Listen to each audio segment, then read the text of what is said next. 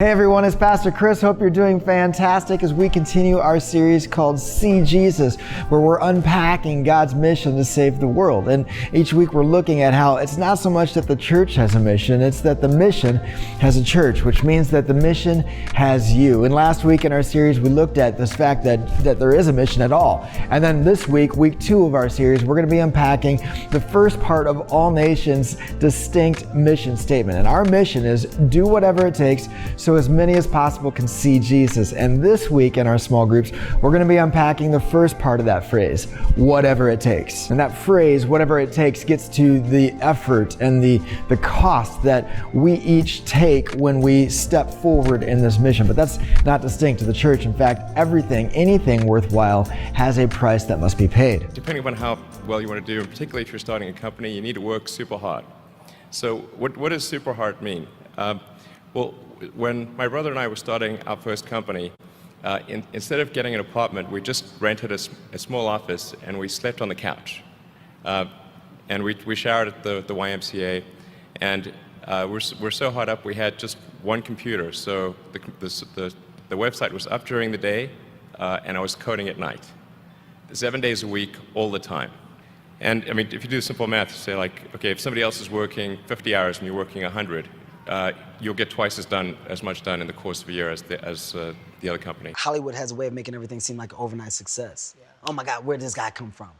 Oh, this kid, who is he? Look, he's a massive star. I had 18 years in the business, you know. You put in your 10,000 hours. I put in my time, you know. I got dues that have been paid and paid again and paid one more time after that. I've never really viewed myself as particularly talented. Where I excel is ridiculous, sickening work ethic. You know, while the other guy's sleeping, I'm working. While the other guy's eating, I'm working. Do I want it that bad? Like, to achieve greatness, wow, it takes real work. You know, everybody's fascinated by luck or the big idea. It doesn't exist. You don't know a single person that's made it big unless they work their face off.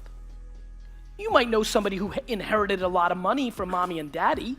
They may be rich, but they didn't build it. I would say rehearse, practice, and you know, it doesn't matter if you're in front of Target, a daycare, wherever they say have it takes to perform 10,000 hours to master. Exactly. You would agree with that? Absolutely. And I put the same amount of effort into whatever I did, and so did the other girls. It didn't matter what it was, and eventually it prepares you for greatness. It's a simple thing of math. If you want to be a great player, if you play every single day, 2-3 hours, every single day, over the course of a year, how much better are you getting? Most kids will play maybe, an hour and a half, 2 days a week. Right. Do the math on that. It's not going to get it done.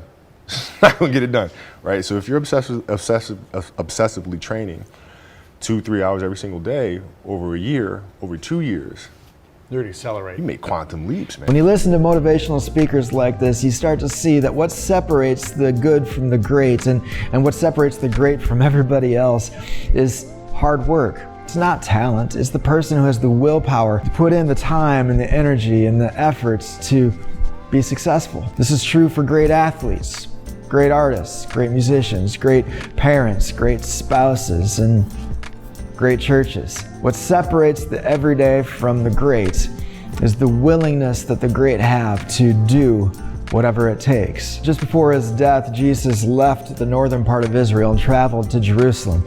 And he told his followers, "I must suffer many things and be rejected by the elders, the chief priests, and the teachers of the law, and be killed, and on the third day raised to life." And then he said to them, "Whoever wants to be my follower must follow me there. Whoever wants to be my disciple must deny themselves and take up their cross and follow me." And this might sound like extremism or hyperbole, but Jesus is just driving home a point that we've been talking about already this morning. Being a part of a church that's a social club or a self-help group is one thing, but a mission is another. And when you consider what it takes to be successful, Jesus shares this one idea in common with all of the people who have been great at whatever it is they do. It's ultimately a question: what are you willing to give your life for?